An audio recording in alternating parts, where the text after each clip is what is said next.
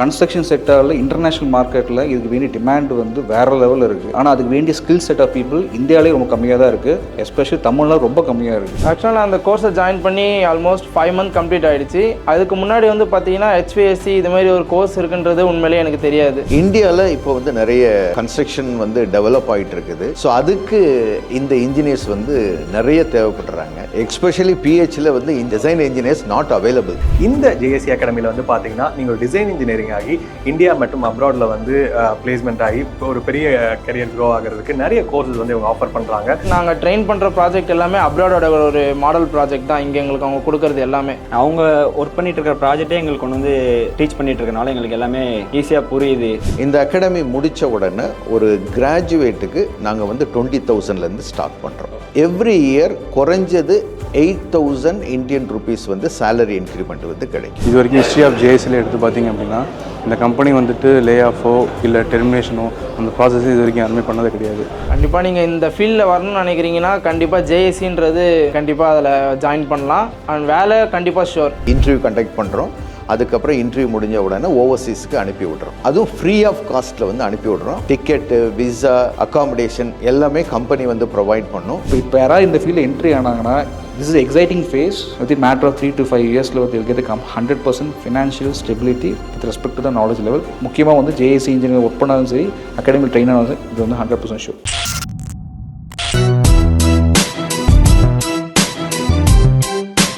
So இந்த video பார்த்துட்டு இருக்க நீங்கள் ஒரு எலக்ட்ரிக்கலோ அல்லது மெக்கானிக்கல் இன்ஜினியரிங்கோ முடிச்சுட்டு அல்லது டிப்ளமோ முடிச்சுட்டு ஸோ உங்களோட கரியரில் க்ரோ ஆகிறதுக்கு ஆப்பர்ச்சுனிட்டிஸ் கிடைக்காம ஃபீல் பண்ணிட்டு இருக்கீங்க, அல்லது இந்த மாதிரி ஒருத்தர் உங்கள் வீட்டில் இருக்காங்க அப்படின்னா இந்த வீடியோ உங்களுக்கானதான். ஸோ தொழில் முனைவோர் அனைவருக்கும் வணக்கம். நீங்கள் பார்த்துட்டு இருக்கிறது பிஸ்னஸ் தமிழா. நான் உங்கள் விக்னேஷ். ஸோ இன்றைக்கி நம்ம எங்கே இருக்கோம் அப்படிங்கிறது பார்த்தீங்கன்னா சென்னை இருக்கக்கூடிய ஜேஎஸ்சி இன்ஜினியரிங் அகாடமி அப்படிங்கிற ஒரு இன்ட்ரெஸ்டிங்கான அகாடமிக்கு வந்து வந்திருக்கும். ஸோ பேசிக்கலாக இந்த மெக்கானிக்கல் இன்ஜினியரிங் படிக்கிறவங்களுக்கோ அல்லது வந்து எலக்ட்ரிக்கல் இன்ஜினியரிங் படிக்கிறவங்களுக்கோ சிவில் இன்ஜினியரிங் ரிலேட்டடாக அதாவது கன்ஸ்ட்ரக்ஷன் ஓரியன்டான ஒரு இண்டஸ்ட்ரியில் வந்து ஆப்பர்ச்சுனிட்டிஸ் இருக்குது அப்படிங்கிறதே வந்து பார்த்தீங்கன்னா நிறைய பேருக்கு தெரியாமல் இருக்கு. இந்த ஜேஎஸ்சி அகாடமியில் வந்து பார்த்தீங்கன்னா நீங்கள் டிசைன் இன்ஜினியரிங் ஆகி இந்தியா மற்றும் அப்ராடில் வந்து பிளேஸ்மெண்ட் ஆகி ஒரு பெரிய கரியர் க்ரோ ஆகிறதுக்கு நிறைய கோர்சஸ் வந்து இவங்க ஆஃபர் பண்ணுறாங்க. ஸோ நீங்கள் எக்ஸிஸ்டிங்காக நீங்கள் பண்ணிட்டு இருக்கக்கூடிய உங்களுடைய கோர் ஜாப்ல இருந்து நீங்கள் ஸ்விட்ச் ஆகி இன்னும் பெரிய ஒரு கரியரில் வந்து அப்கிரேட் ஆகணும்னு நினைச்சிருந்தீங்க அப்படின்னா இவங்க ஆஃபர் பண்ணக்கூடிய கோர்சஸ் என்ன மாதிரி விஷயங்கள்லாம் இருக்குது அப்படிங்கிற மாதிரி நிறைய இன்ட்ரெஸ்டிங்கான விஷயம் இந்த வீடியோ நம்ம பேசி தெரிஞ்சுக்க போகிறோம். ஸோ இந்த வீடியோக்குள்ள போகிறதுக்கு முன்னாடி நிறைய இன்ஃபர்மேட்டிவான நிறைய டிஃப்ரெண்டான விஷயங்கள் வந்து இந்த வீடியோவில் ஷேர் பண்ணியிருக்கோம். ஸோ வீடியோ கடைசி வரைக்கும் பாருங்கள். சப்ஸ்கிரைப் பண்ணிங்க. ஸோ வாங்க வீடியோக்குள்ள போகலாம்.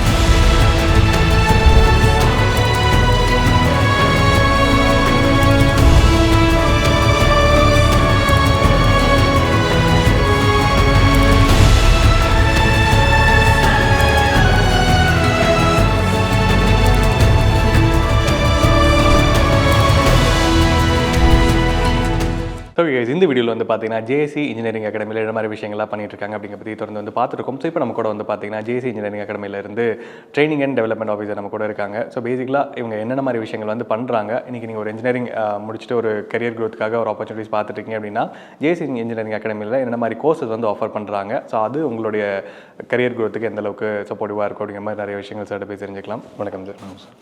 Sir JSC engineering academy, so பேசிக்கலாக இதில் என்ன மாதிரி விஷயங்கள்லாம் பண்ணுறீங்கன்னு தெரிஞ்சுக்கலாமா? ஸோ பேசிக்கலாக வந்து நாங்கள் வந்து இன்ஜினியரிங் ப்ரொஃபஷனல் ட்ரைனிங் சென்டர் தான் நாங்கள் பண்ணிகிட்ருக்கோம். மெக்கானிக்கல் எலக்ட்ரிக்கல் இன்ஜினியர்ஸ்க்கு வந்து கன்ஸ்ட்ரக்ஷன் செக்டரில் ஒரு நேம் இருக்குது, like called as building service engineering. So அது வந்து இப்போது மிடில் ஈஸ்ட்லலாம் இன்ஃப்ராஸ்ட்ரக்சர் டெவலப்மெண்ட் வரும்போது இந்த பீப்புளோட ரோல் வந்து இம்பார்ட்டன்ஸ் வந்து ரொம்ப ஹையராக இருக்குது. பட் ஜென்ரலாக வந்து மெக்கானிக்கல் பீப்புளும் படிக்கிற பசங்களுக்கு வந்து இந்த அவேர்னஸ் இல்லை. அதனால் மோஸ்ட்லி நான் மெக்கானிக் இன்ஜினியர் தான். ஸோ ஆட்டோமொபைல் மேனுஃபேக்சரிங் ப்ரொடக்ஷன் அப்படின்ட்டு நான் வந்து ஜேஎஸ்சி இன்ஜினியரிங் ஒர்க் பண்ணிக்கிட்டு இருக்கேன் சார், ப்ராஜெக்ட் மேனேஜராக. ஸோ ஒர்க் பண்ணும்போது தான் இந்த ஃபீல்டை பற்றி எனக்கு ஐடியா இருந்தது. ஸோ அதனால் இந்த எங்கள் எம்டி வந்து 2014 வந்து இதை எஸ்டாப்ளிஷ் பண்ணாங்க. அதுக்கு முன்னாடி வரைக்கும் JSC engineering private limited organisation வந்து கேம்பஸ் ட்ரைவில் போய் உங்களோட கம்பெனிக்காக வந்து எடுத்துகிட்டு இருந்தோம். அது லிமிடெட் சோர்ஸ் தான் கிடச்சிது. மார்க்கெட்டில் வந்து இதுக்கு வேண்டிய சூட்டபிள் ஸ்கில்டு பீப்புள் வந்து ரொம்ப கம்மியாக இருந்தாங்க. அதுக்கு டிமாண்ட் ஜாஸ்தியாக இருந்தது. கொஞ்சம் வந்து அதாவது எம்டி என்ன டிசிஷன் எடுத்தாருன்னா நம்மளே ஒரு ட்ரைனிங் சென்டர் ஸ்டார்ட் பண்ணி ட்ரைனிங் கொடுத்து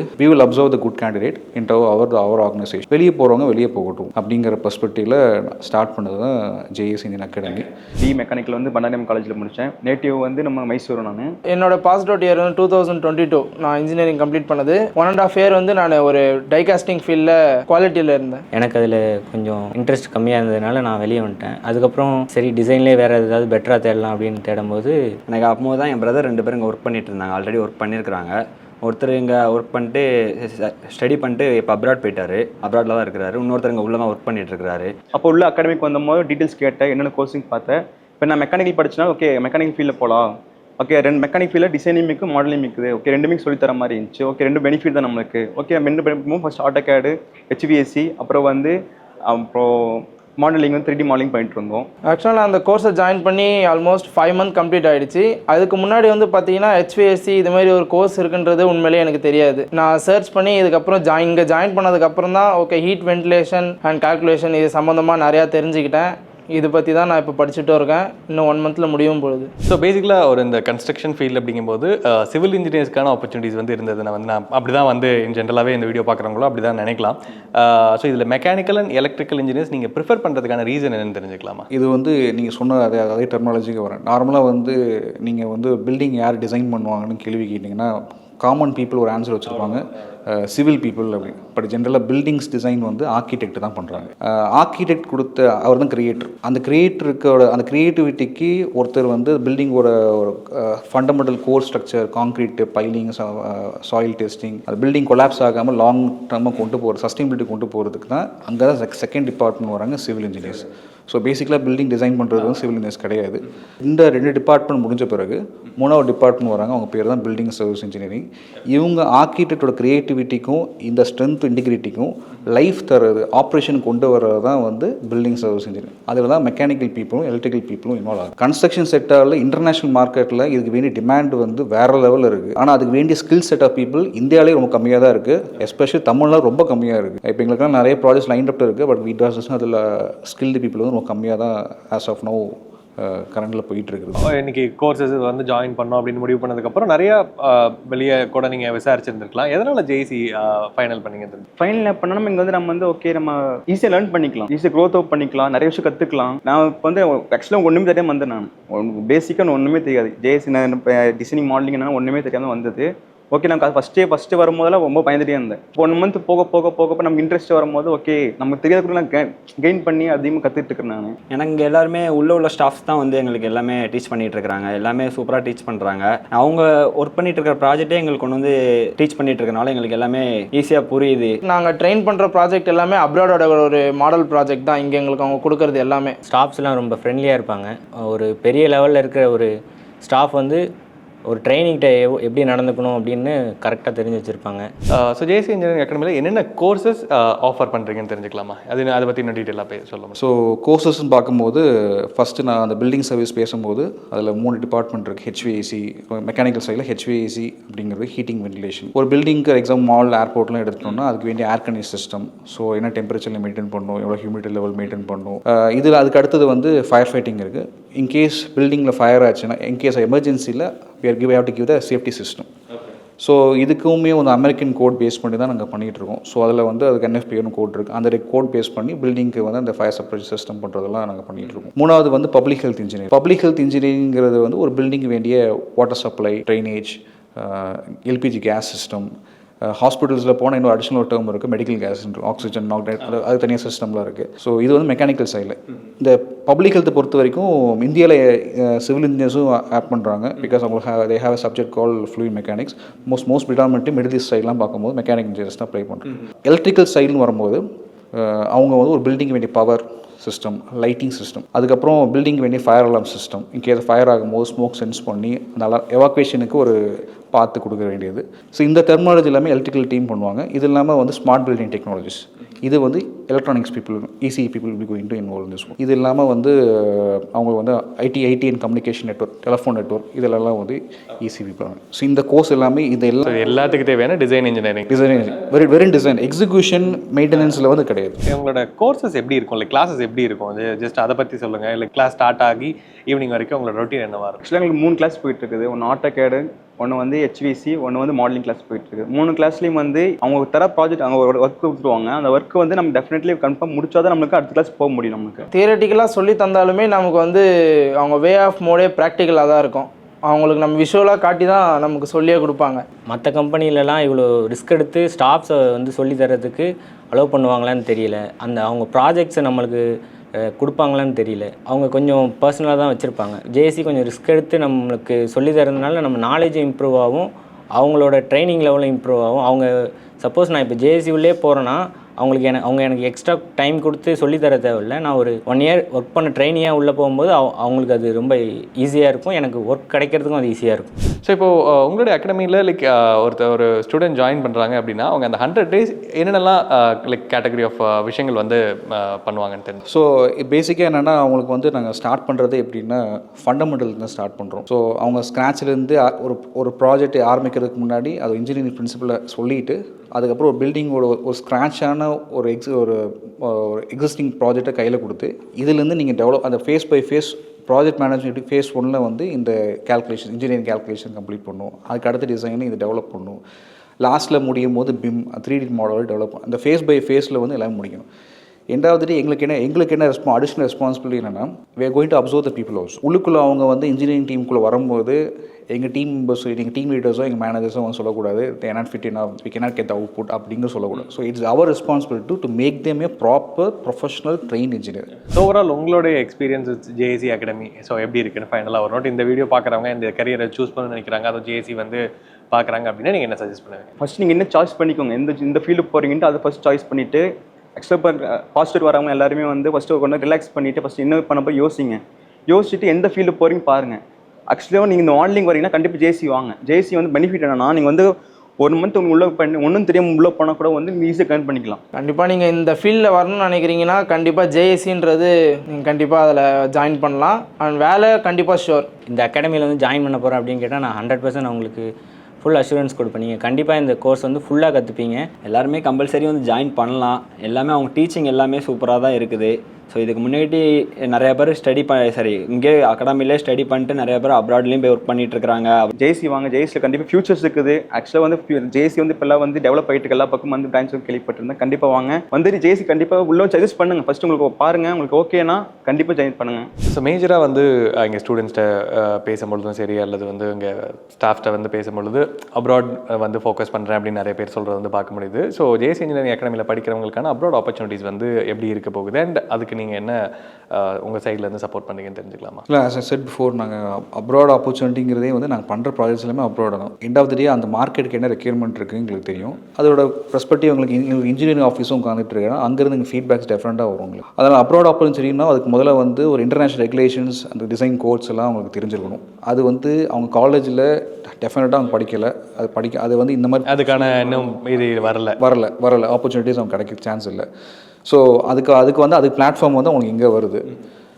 ரெண்டாவது முக்கியமாக வந்து இப்போ எங்கள் ஆஃபீஸ்லாம் பார்த்தீங்கன்னா ஜேஏசி ஆஃபீஸில் வந்து வித்தின் சில பேர்லாம் 8 monthsலேயும் வந்து ஆன்சைட் போயிருக்காங்க. அது எங்கள் ரூல் என்னென்னா எங்களுக்கு துபாயில் ஒரு ஆஃபீஸ் இருக்குது. ஜேஏசிக்கு துபாயில் நிறைய ஹேவ் ஆஃபீஸ் இன் துபாய்.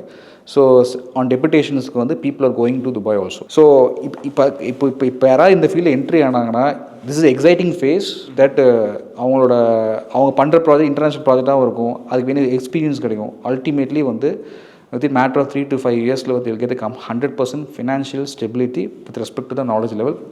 முக்கியமாக வந்து ஜேஏசி இன்ஜினியர் ஒர்க் பண்ணாலும் சரி அகாடமியில் ட்ரெயின் ஆனாலும் சரி இது வந்து 100% ஷூர். ஸோ ஜேஇசி அகாடமியை நீங்கள் ஒர்க் பண்ணுறதுக்கு முன்னாடி நீங்கள் பேசிக்கலாக என்ன பண்ணிட்டு இருந்தீங்க? உங்களுக்கு நான் 2015 காலேஜ் பாஸ் அவுட் ஆனேன். அதுக்கப்புறம் சைட் இன்ஜினியர் அந்தமானில் ஒர்க் பண்ணிட்டு இருந்தேன். இதுக்கு முன்னாடி ஒரு 2 years வந்து மேனுஃபேக்சரிங் கம்பெனியில் ஒர்க் பண்ணிருந்தேன்.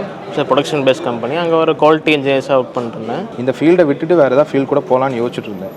ஸோ கோராவே பண்ணலாமே அப்படின்னு சொல்லிட்டு என் ஃப்ரெண்ட் கிட்ட விசாரிச்சப்ப ஃப்ரெண்ட் சர்க்கிளில் விசாரிச்சப்ப ஜேஏசி இன்ஜினியரிங் அகாடமி வந்து ஃப்ரெண்டு ரெஃபர் பண்ணாது.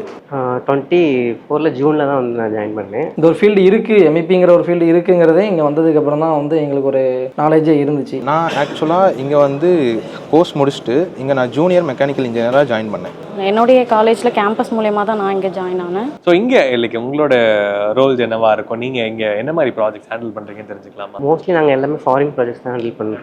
துபாய் ப்ராஜெக்ட்ஸு அதான் அதிகமாக ஹேண்டில் பண்ணிகிட்ருக்கோம். ஸோ அதனால் பார்த்தீங்கன்னா இங்கே இந்த company mostly Gulf based jobs பண்ணுறதுனால ஸோ இங்கே அதிகமான ஆப்பர்ச்சுனிட்டிஸ் இருந்துகிட்டு இருக்குது. இப்போ ப்ரொடக்ஷனில் நீங்கள் எவ்வளோ தான் எக்ஸ்பீரியன்ஸ் ஆனாலும் அதோட வேல்யூ வந்து பார்த்திங்கன்னா கம்மி.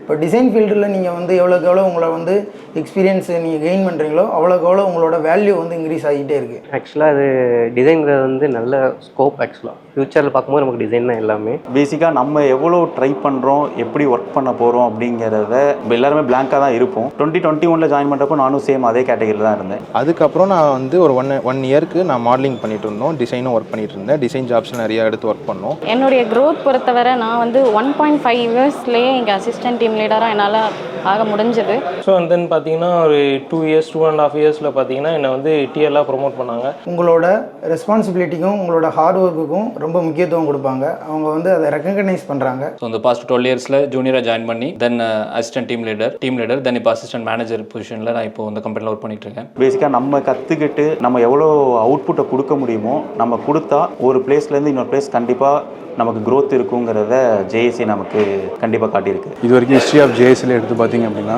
இந்த கம்பெனி வந்துட்டு லே ஆஃபோ இல்லை டெர்மினேஷனோ அந்த ப்ராசஸ் இது வரைக்கும் யாருமே பண்ணது கிடையாது. ஈவன் பேண்டமிக் டைமில் கூட பார்த்தீங்கன்னா ஏகப்பட்ட கம்பெனிஸ் வந்துட்டு லே ஆஃப்ஸு அந்த மாதிரி இஷ்யூஸ் இருந்திருக்கு. பட் ஜேஎஸ்சி அப்படின்னு எடுத்துக்கிட்டிங்கன்னா எம்ப்ளாயிஸ் ஃபுல் சப்போர்ட் பண்ணி சேலரினாலும் சரி ஜாப் ஆப்பர்ச்சுனிட்டினாலும் எல்லாமே கொடுத்தாங்க. இப்போ காலேஜ் முடிக்கிறவங்களுக்கு கோர் ஃபீல்டில் எலக்ட்ரிக்கல் ஃபீல்டில் நீங்கள் ஒரு ஜாப் தேடுறீங்க, மெக்கானிக்கல்னாலும் சரி சிவில்லையும் சரி எல்லாத்துலேயுமே இங்கே வந்து ஒரு ஆப்பர்ச்சுனிட்டி இருக்குது. அப்போ கன்ஸ்ட்ரக்ஷன் இருந்துச்சுன்னா கண்டிப்பாக எம்இபி ஃபீல்டும் இருக்கும். எம்இபி ஃபீல்டு இருந்துச்சுன்னா ஆப்பர்ச்சுனிட்டி நமக்கு அந்த இடத்துல ஆப்வியஸாக கிரியேட் ஆக தான் போகுது. டிப்ளமோ ஹோல்டர்ஸாக இருந்தாலும் பி ஹோல்டர்ஸாக இருந்தாலும் இந்த ப்ரொஃபஷனில் வந்து ஒரு நல்ல ப்ரொஃபஷன், நல்லாவே ஒரு ஃபியூச்சர் இருக்குது. நம்ம பில்டிங்ஸ் வந்து எப்போவுமே டெவலப் ஆகிட்டே தான் இருக்கும். ஸோ அந்த டெவலப்மெண்ட்டோட நம்மளோட கேரியரும் டெவலப் ஆகிட்டே தான் இருக்கும். ஸோ இந்த வீடியோவில் வந்து பார்த்தீங்கன்னா ஜேஎஸ்சி இன்ஜினியரிங்கில் என்ன மாதிரி விஷயங்கள்லாம் பண்ணிட்டு இருக்காங்க அண்ட் இங்கே இவங்களோட அகாடமியில் படிக்கக்கூடிய ஸ்டூடெண்ட்ஸ் வந்து என்ன மாதிரி ஃபீட்பேக்ஸ் வந்து கொடுக்குறாங்க அண்ட் இங்கே அகாடமியில் படித்து இங்கே ஸ்டாஃபாக ஒர்க் பண்ணக்கூடியவங்க எப்படி வந்து ஃபீல் பண்ணுறாங்க அப்படிங்கிற மாதிரி நிறைய விஷயங்கள் வந்து பார்த்துருந்தோம். ஸோ நீங்கள் ஒரு இன்ஜினியரிங் கிராஜுவேட்டாக இருக்கீங்க அல்லது வந்து ஒரு டிப்ளமோ ஹோல்டராக இருக்கீங்க. ஸோ நீங்கள் உங்களோட கரியரில் வந்து இன்னும் அப்ஷன் ஆகிறதுக்கு ஜேஎஸ்சி இன்ஜினியரிங்கில் என்ன மாதிரி விஷயங்கள்லாம் பண்ணுறாங்க அப்படிங்கிற பற்றி ரொம்ப டீட்டெயிலாக வந்து பார்த்துருப்போம். ஸோ இப்போ நம்ம கூட வந்து பார்த்தீங்கன்னா ஜேஎஸ்சி இன்ஜினியரிங்கோடைய மேனேஜிங் டைரக்டர் நம்ம கூட இருக்காங்க. ஸோ ஜேஎஸ்சி இன்ஜினியரிங்னா என்ன, பேசிக்கலாக இவரோட ஜேர்னி எப்படி ஸ்டார்ட் பண்ணாங்க அண்ட் இதில் இப்போ என்னென்ன மாதிரி விஷயங்கள்லாம் பண்ணிட்டு இருக்காங்க அப்படிங்கிற மாதிரி நிறைய விஷயங்கள் சார்ட்டு பேசி தெரிஞ்சுக்கலாம். வணக்கம். வணக்கம்.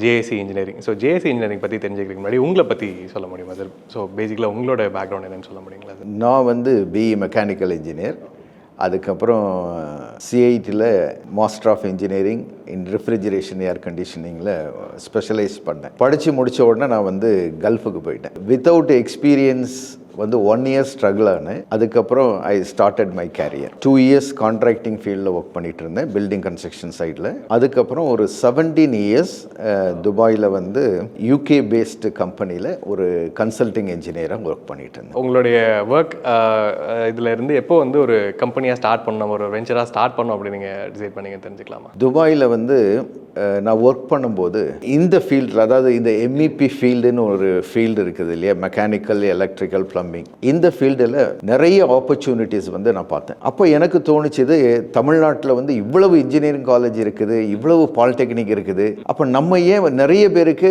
இந்த அவேர்னஸ் வந்து இல்லை, இப்படி ஒரு பொட்டென்ஷியல் மிடில் ஈஸ்டில் இருக்குது, அது வந்து நிறைய பேருக்கு தெரியாது, ஈவன் காலேஜஸுக்கு கூட அது வந்து தெரியாது. ஸோ அப்போ தான் எனக்கு தோணுச்சுது we have to start a company, சென்னையில் வந்து ஆரம்பித்து அவங்களுக்கு ஓவர்சீஸ் எக்ஸ்போஷர் வந்து கொடுக்கணும், ட்ரெயின் பண்ணி அவங்கள அனுப்பணும் அப்படின்னு தோணுச்சுது. அதனால தான் நாங்கள் 2005 வந்து இதை வந்து ஒரு 3 பேரை வச்சு ஆரம்பித்தோம். ஸோ இனிஷியலி உங்களுடைய ஸ்டார்ட் வந்து பார்த்தீங்கன்னா இது ஒரு கம்பெனியாக இருந்தால் இல்லை ஒரு அகாடமி மாதிரி நீங்கள் இனிஷியலாக ஸ்டார்ட் பண்ணி? இல்லை, இனிஷியலாக வந்து கம்பெனியாக தான் நாங்கள் ஸ்டார்ட் பண்ணோம். கம்பெனியாக ஸ்டார்ட் பண்ணி ஒரு 3 பேரை வச்சு ஒரு சின்ன ரூமில் வந்து, அதுவும் வீட்டுடைய மேலே மாடியில் வந்து ஒரே ஒரு ரூமில் வந்து நாங்கள் ஆரம்பித்தோம். அதுக்கப்புறம் நாங்கள் வந்து கொஞ்சம் கொஞ்சமாக ட்ரெயின் பண்ணி ஒரு லெவலுக்கு வந்தோம், ஒரு 80-90 பீப்புள் வரைக்கும் வந்தோம். தென் ரெக்குவயர்மெண்ட் ஜாஸ்தி ஆகும்போது இது ரிலேட்டடான சில அகாடமிஸ் வந்து இங்கே இருந்தது. அந்த அகாடமியில் வந்து கால் பண்ணி அங்கே படித்த ஸ்டூடெண்ட்டை வந்து நாங்கள் கூப்பிட்டு அதில் இன்டர்வியூ பண்ணும்போது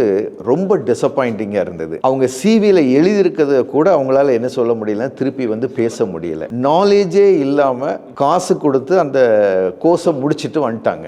அவங்கள பொறுத்த வரைக்கும் கோர்ஸை முடிச்சிட்டோன்னு வந்திருக்காங்க. எங்களை பொறுத்த வரைக்கும் நாலேஜே இல்லை, அவங்களால வந்து இந்த சர்வீஸை வந்து பண்ண முடியாது. ஸோ ஒரு பெரிய கேப் இருக்கதை நான் வந்து ஃபீல் பண்ணேன். இமீடியட்டாக வந்து அந்த அகாடமியை கூப்பிட்டும் யார் வந்து உங்களுக்கு வந்து கிளாஸ் எடுக்கிறாங்க அப்படின்னு கேட்கும்போது அவங்க வந்து ஃப்ரெஷ் இன்ஜினியர்ஸ் தான் கிளாஸ் எடுக்கிறாங்க அப்படின்னு சொன்னாங்க. ஸோ அங்கே தான் எனக்கு புரிஞ்சுது அந்த கேப் ஏன் நடக்குது அப்படின்னு. ஏன்னா ஃப்ரெஷ் இன்ஜினியர்ஸ்க்கு இண்டஸ்ட்ரியல் எக்ஸ்பீரியன்ஸே கிடையாது. ஸோ அதனால் நாங்கள் என்ன பண்ணணும், நம்மளே ஒரு அகாடமி வந்து ஆரம்பிப்போம். நம்முடைய தேவைக்கு நம்ம ஒரு அகாடமி ஆரம்பிச்சிருவோம்.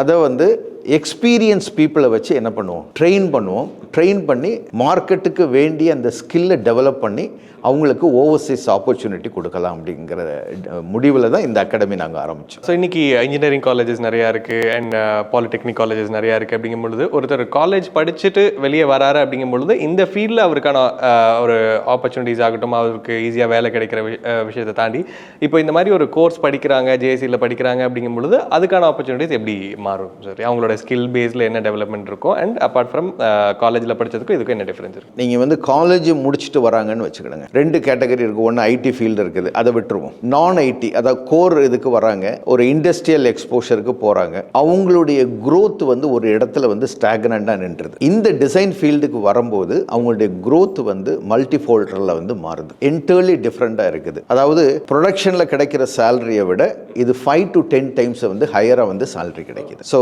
அதனால் இந்த ஃபீல்டு வந்து ஒரு நல்ல ஃபீல்டு. கோர் சப்ஜெக்டில் அவங்கள ஒரு ப்ரொஃபஷனல் இன்ஜினியராக கன்வெர்ட் பண்ணக்கூடிய ஒரு ஃபீல்டு. அண்ட் நீங்கள் பேசும்போது சொல்லுங்க நிறையா அப்ராட்ஸுக்கு வந்து நம்ம ஸ்டூடெண்ட்ஸ் வந்து போயிருக்காங்க, நம்ம இந்த வீடியோலையுமே பார்த்துருந்தோம். ஸோ இந்தியாவில் இந்த இதுக்கான ஸ்கோப்ஸ் எப்படி இருக்குது சார்? இந்தியாவில் இப்போ வந்து நிறைய கன்ஸ்ட்ரக்ஷன் வந்து டெவலப் ஆகிட்டு இருக்குது. இந்த கவர்மெண்ட் வந்து கிட்டத்தட்ட மோர் தென் 100 ஏர்போர்ட்ஸை வந்து கன்ஸ்ட்ரக்ட் பண்ணுறாங்க. ஸோ அதுக்கு இந்த இன்ஜினியர்ஸ் வந்து நிறைய தேவைப்படுறாங்க. எஸ்பெஷலி பிஹெச்சில் வந்து இன்ஜினியர்ஸே அவைலபிள் இல்லை, டிசைன் இன்ஜினியர்ஸ் நாட் அவைலபிள். அதுக்கு ஒரு பெரிய ஆப்பர்ச்சுனிட்டி வந்து இருக்குது. ஸோ இந்தியாலையும் உங்களுக்கு நிறைய ஆப்பர்ச்சுனிட்டிஸ் வந்துகிட்டே இருக்கும். ஸோ இப்போ ஜேஎஸ்சி இன்ஜினியரிங் அகாடமியில் வந்து இப்போ ஒருத்தர் ஜாயின் பண்ணோம் அப்படின்னா அதுக்கான ப்ராசஸ் பற்றி தெரிஞ்சுக்கலாமா? ஜென்ரலி அவங்க பேசிக்கலாக வந்து இந்த குவாலிஃபிகேஷன் இருக்கணும், இல்லை வந்து அவங்களுடைய விஷன் என்னவா இருக்கும், இந்த மாதிரி என்ன நீங்கள் எதிர்பார்க்குறீங்க ஒரு ஸ்டூடெண்ட்? அகாடமியில் மெயினாக நாங்கள் கண்டக்ட் பண்ணுறது mechanical, electrical, public health services, இந்த 3 கோர்ஸ் வந்து மெயினாக கண்டக்ட் பண்ணுறோம். இந்த 3க்கு வந்து ஒன்று மெக்கானிக்கல் இன்ஜினியராக இருக்கணும், இல்லைன்னா எலக்ட்ரிக்கல் இன்ஜினியர் இருக்கணும். டிப்ளமா மெக்கானிக்கல் இன்ஜினியராகவும் இருக்கலாம், டிப்ளமா எலக்ட்ரிக்கல் இன்ஜினியராகவும் இருக்கலாம். இதுதான் வந்து பேசிக் குவாலிஃபிகேஷன். அப்பார்ட் ஃப்ரம் வேறு ஏதாவது ஒரு ஃபீல்டில் இருந்து நான் ஒரு டிசைன் இன்ஜினியராக ஆகணும்னு நினைக்கிறவங்களும் இதில் பார்ட்டிசிபேட் பண்ண முடியுமா? பண்ணலாம், டெஃபினட்டாக வந்து பண்ணலாம். நிறைய பேர் வந்து ப்ரொடக்ஷன் போயிட்டு திருப்பி இங்கே வராங்க, ஒரு 5 இயர்ஸ் அதில் ஒர்க் பண்ணுறாங்க. அதுக்கப்புறம் அங்கே growth இல்லை அப்படின்னு சொல்லிட்டு அதை விட்டுட்டு மறுபடியும் வந்து இந்த அகாடமியில் வந்து ஜாயின் பண்ணி அவங்களுடைய கேரியர் growth-ஐ திரும்ப டெவலப் பண்ணுறாங்க. இன்னைக்கு நீங்களுமே பேசும்போது சொல்லியிருந்தீங்க இந்த மாதிரி சிமிலர் அகாடமிஸ் இன்னைக்கு மார்க்கெட்டில் ஆல்ரெடி அவைலபிள் இருக்குது அப்படிங்கும் பொழுது ஸோ உங்களுக்கும் மற்ற அகாடமிஸ்க்கும் இருக்கக்கூடிய டிஃப்ரென்ஸாக நீங்கள் என்ன பார்க்குறீங்க? மற்ற அகாடமியில் என்ன பண்ணுறாங்கன்னா, நான் அந்த அகாடமியை குறையாக சொல்லலை, அவங்க வந்து ஒன்லி டூல்ஸுக்கு வந்து ரொம்ப ஃபோக்கஸ் பண்ணுறாங்க. ஃபார் எக்ஸாம்பிள் ஆட்டோகேட் படித்தா வேலை கிடைக்கும், எம்இபி ரிவர்ட் படித்தா வேலை கிடைக்கும், இல்லை, அது வந்து வெறும் டூல்ஸ். நாங்கள் ஒரு இன்ஜினியரை முதல்ல ஒரு இன்ஜினியராக தான் பார்க்குறோம். அவர் வந்து இன்ஜினியராக தான் சக்ஸஸ்ஃபுல்லாக ஆகணுமே வெளியே ஒரு ஆப்ரேட்டராக ஒரு சாஃப்ட்வேர் ஆப்ரேட்டராக வந்து சக்ஸஸ்ஃபுல்லாக ஆகக்கூடாது. அந்த இன்ஜினியரிங்கிறது ஸ்கில். அதனால் முதல்ல நாங்கள் வந்து டிசைன் இன்ஜினியரிங்கை தான் நிறைய வந்து சொல்லிக் கொடுக்குறோம். அதை எப்படி டிசைன் பண்ணுறது, அதை கன்வெர்ட் பண்ணக்கூடிய பிளாட்ஃபார்ம் தான் இந்த டூலை யூஸ் பண்ணுறோம். ஸோ நாலேஜை ட்ரான்ஸ்ஃபர் பண்ணுவதற்கு யூஸ் பண்ணுற டூல் தான் வந்து ரிவர்ட்டும் ஆட்டோகேடும். அண்ட் ஆப்வியஸ்லி வந்து ஒரு கோர்ஸ் படிக்கிறாங்க, இந்த மாதிரி அடுத்து வந்து கரியரில் வந்து மூவ் ஆகணும்னு நினைக்கிறாங்கும் பொழுது பிளேஸ்மெண்ட்ஸ் பற்றி தெரிஞ்சுக்கணும்னு நினைப்பாங்க. ஸோ இப்போ கரண்ட்டாக எவ்வளோ பேர் வந்து ஜேஎஸ்சி அகாடமியில் வந்து படிச்சுட்டு வெளியே போயிருக்காங்க அண்ட் அவங்களுக்கான பிளேஸ்மெண்ட்ஸ் எல்லாம் எப்படி இருந்துருக்கு? அரவுண்டு 3000 ஸ்டூடெண்ட்ஸ் வந்து படிச்சுட்டு வெளியில் போயிருக்கிறாங்க. மோர் தென் 2000 வந்து நாங்களே அப்சர்வ் பண்ணியிருக்கிறோம். அதில் மோர் தென் 1000 வந்து ஓவர்சீஸில் வந்து வேலை பார்த்துட்டு இருக்காங்க.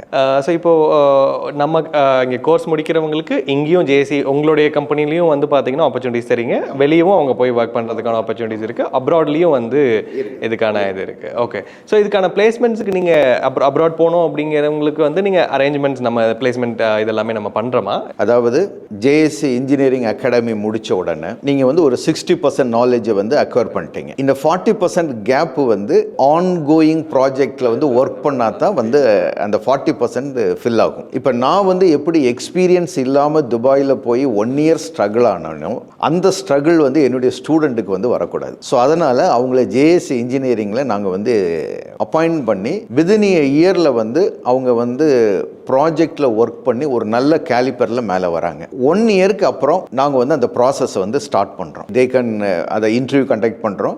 அதுக்கப்புறம் இன்டர்வியூ முடிஞ்ச உடனே ஓவர்சீஸ்க்கு அனுப்பி விட்றோம். அதுவும் ஃப்ரீ ஆஃப் காஸ்ட்டில் வந்து அனுப்பி விட்றோம். டிக்கெட்டு, விசா, அகாமடேஷன் எல்லாமே கம்பெனி வந்து ப்ரொவைட் பண்ணும். இங்கேருந்து ஒரு 45 rupees தான் ஸ்பெண்ட் பண்ணணும். அது வந்து எதுக்கு அப்படின்னா அம்பத்தூர்லேருந்து சென்னை ஏர்போர்ட்டுக்கு போகிறதுக்கு மெட்ரோவுக்கு உள்ள ஒரு 45 rupees. ஸோ 45 rupeesல வந்து அவங்க வந்து துபாய்க்கு ஈஸியாக போயிடலாம். ஸோ மேஜராக ஒரு டிசைன் இன்ஜினியராக இப்போ குவாலிஃபை ஆகுறாங்க, அவங்க வந்து ஒரு ஃப்ரெஷராக இந்த கோர்ஸ் முடிச்சுட்டு ஒரு கரியரை ஸ்டார்ட் பண்ணுறாங்க அப்படிங்கும் பொழுது அவங்களுக்கான லைக் என்ன சேலரி அவங்க எக்ஸ்பெக்ட் பண்ணலாம், அண்ட் இதில் கரியர் க்ரோத் ஆகும் பொழுது ஆஃப்டர் ஒரு 3 years ஒரு 4 yearsங்கும் போது என்ன மார்க்கெட்டில் இன்றைக்கி வந்து அவங்களுக்கான இது வந்து கோர் சப்ஜெக்ட்டுங்க.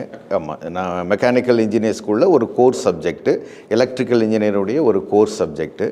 இந்த அகாடமி முடித்த உடனே ஒரு கிராஜுவேட்டுக்கு நாங்கள் வந்து 20,000லேருந்து ஸ்டார்ட் பண்ணுறோம். எவ்ரி இயர் குறைஞ்சது 8,000 இந்தியன் ருபீஸ் வந்து சேலரி இன்க்ரிமெண்ட் வந்து கிடைக்கும்.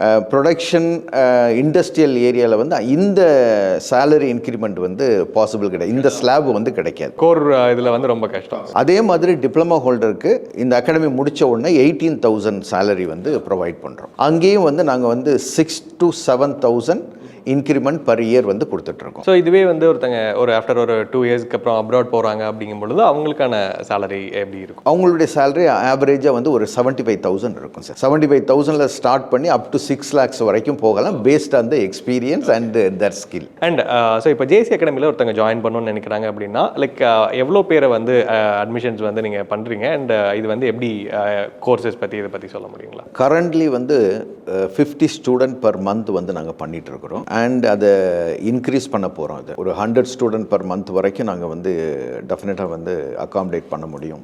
ஓகே, அதுக்காகத்தான் நாங்கள் வந்து பிரான்ச்சஸ் வந்து ஓப்பன் பண்ணியிருக்கிறோம். வைசாக்கில் ஒரு பிரான்ச்சஸ் ஓப்பன் பண்ணியிருக்கிறோம், திருச்சியில் ஒரு பிரான்ச்சஸ் வருது, அதுக்கப்புறம் திருநெல்வேலியில் ஒரு பிரான்ச்சஸ் வந்து இருக்குது. ஸோ இது நிறைய விஷயங்கள் வந்து பேசியிருந்தோம். கண்டிப்பாக வந்து இந்த வீடியோ பார்க்கக்கூடிய நிறைய பேர்த்துக்கு ஸோ ஜேசி இன்ஜினியரிங் அண்ட் அவங்களோட அகாடமியில் என்ன மாதிரி விஷயங்கள்லாம் பண்ணுறீங்க அப்படிங்கிறத பற்றி தெரிஞ்சிருக்கும். அண்ட் இந்த வீடியோ பார்க்கக்கூடிய நிறையா நம்மளுடைய ஃபாலோவர்ஸ் வந்து உங்களுக்கு அந்த அகாடமி ரிலேட்டடாக வந்து ரீச் பண்ணுவாங்க. நல்லா சப்போர்ட் பண்ணி கொடுங்க சார். தேங்க்யூ. ஸோ இந்த வீடியோவில் வந்து பார்த்தீங்கன்னா ஜேசி இன்ஜினியரிங் அகாடமியில் என்ன மாதிரி விஷயங்கள்லாம் பண்ணுறாங்க, இதில் ஒரு கோர்ஸ் முடிக்கும் போது எந்த அளவுக்கு அவங்களுடைய கரியர் க்ரோத் இருக்கும் அப்படிங்கிற மாதிரி பல இன்ட்ரெஸ்டிங்கான விஷயங்கள் வந்து பார்த்துருந்தோம். ஸோ இந்த வீடியோவில் கொடுத்த இன்ஃபர்மேஷன்ஸ் எல்லாமே பிடிச்சினா கண்டிப்பாக லைக் கமெண்ட் சப்ஸ்கிரைப் பண்ணிக்கோங்க. ஸோ இந்த வீடியோவில் வந்து ஜேசி இன்ஜினியரிங் அகாடமியோட காண்டாக்ட் நம்பர், அட்ரஸ், லொகேஷன் மற்ற டீடைல்ஸ் எல்லாமே கீழே டிஸ்கிரிப்ஷனில் கொடுத்துருக்கேன். தேவைப்படுறவங்க யூஸ் பண்ணிக்கோங்க. ஸோ மீண்டும் அடுத்த நல்ல சந்திக்கும் வரை உங்களிடம் வெளியிருப்பது உங்கள் பிஸ்னஸ் ஆர்கனைஸ். நன்றி, வணக்கம்.